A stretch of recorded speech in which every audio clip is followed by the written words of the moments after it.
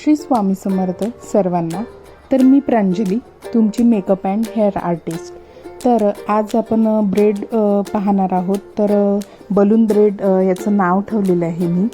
तर त्यानंतर सगळ्यात पहिले आपण B2E सेक्शन घ्यायचा 4 फिंगरचा, आणि त्यानंतर सी सेक्शन घेऊन सी सेक्शन घेऊन पफ काढायचा आहे। तर आपल्याला पफ जास्त बॉन्सी नाही पाहिजे, फक्त हलका त्याला बॉन्स आलेला पाहिजे।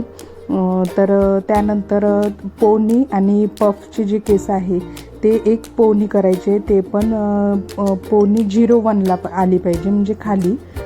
तर त्यानंतर जे ते तर पोनी घातलेली आहे आपण, तर ते रबर दिसायला नाही पाहिजे, त्यासाठी आपण एक ट्रिक वापरलेली आहे अशा प्रकारे। तर छान दिसते, रबर दिसत नाही। तर त्यानंतर 4 फिंगरचं डिस्टन्स घेऊन एक पोनी तयार करून घ्यायचे, क्रॉस करून त्याला रबर लावायचं आहे। त्यावर पुलिंग करायचं आहे, लाइनिंग काढायची आहे, पुलिंग करायचं आहे, म्हणजे छान क्रिएटिव्ह काही नवीन दिसते आणि त्याला बॉन्स पण छान येते। बलूनसारखी ब्रेड दिसायला पाहिजे ना, त्यासाठी। तर त्यानंतर आपल्याला हे 3 सेक्शन येते खाली खाली करत जायचं आहे, छान पिन लावून स्प्रे वगैरे मारून व्यवस्थित होतात।